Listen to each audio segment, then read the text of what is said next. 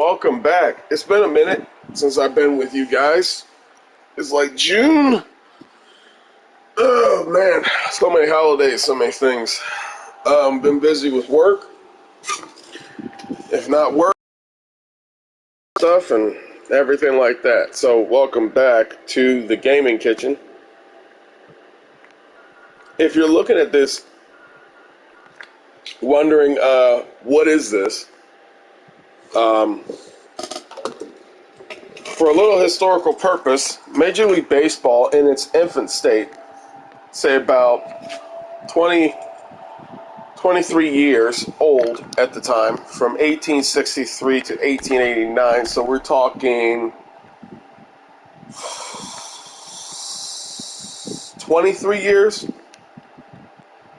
Math is probably a little funky there for a second, but about 23 years in, when this young nation at the time decided to discover the sport of baseball, it started doing things that unfortunately has gotten lost through the etches of time.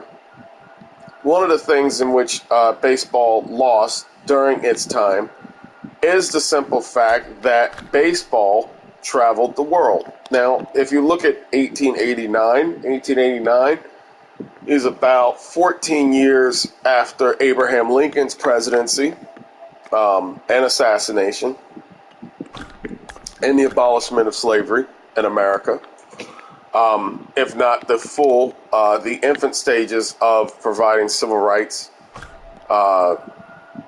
in America in regards to the cultural landscape, even though there'd be another 100 or so years and counting for that.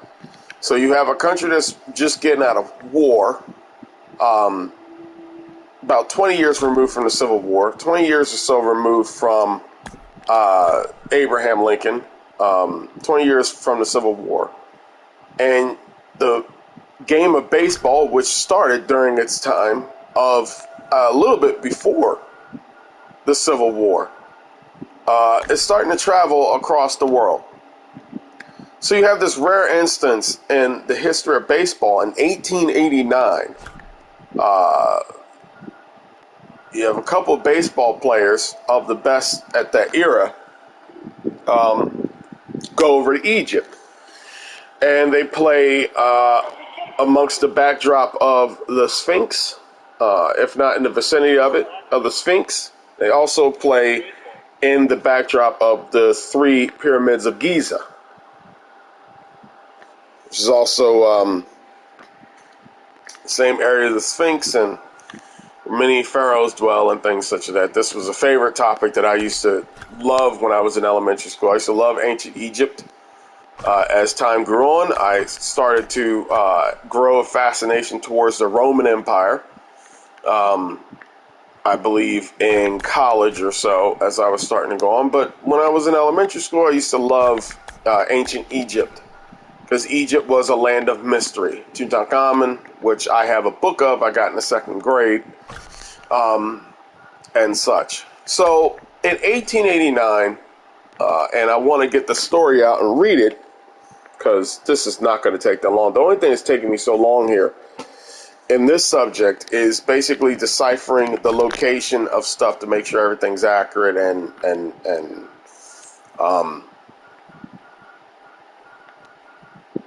what everything's about. I know that the Sphinx, if you look at the Sphinx generally is, I believe, between the second and first pyramid, with favoring being in the foreground of the second pyramid. So we have that going on right here. Also, there are classical pictures that show the baseball players playing amongst the grandiose backdrop of the Giza pyramid.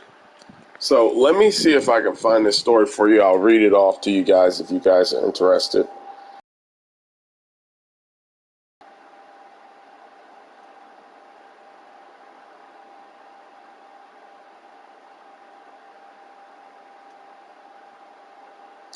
So saber.org.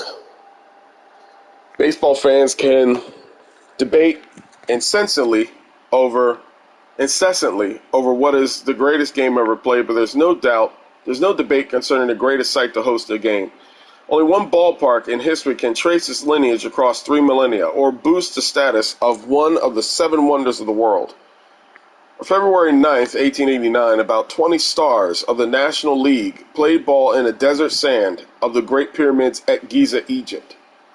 The event was the centerpiece of a world tour organized by the Chicago White Stockings executive and sporting goods manager Albert G. Spaulding in an effort to promote America's national pastime in foreign locales. So, in those very short paragraphs, you learn that the Global Series, we just had Major League Baseball, the St. Louis Cardinals and the Chicago Cubs play in England. So, expanding the brand to go global is not a 21st century thing. This has been since its infancy in certain states and such. It was, as a business proposition, the event was a bust. In addition to Egypt, the tour visited Hawaii, Australia, New Zealand, India, Italy, France, Scotland, and England, generally attracting small crowds that consisted largely of American tourists. I consider baseball an excellent game, but cricket a better one.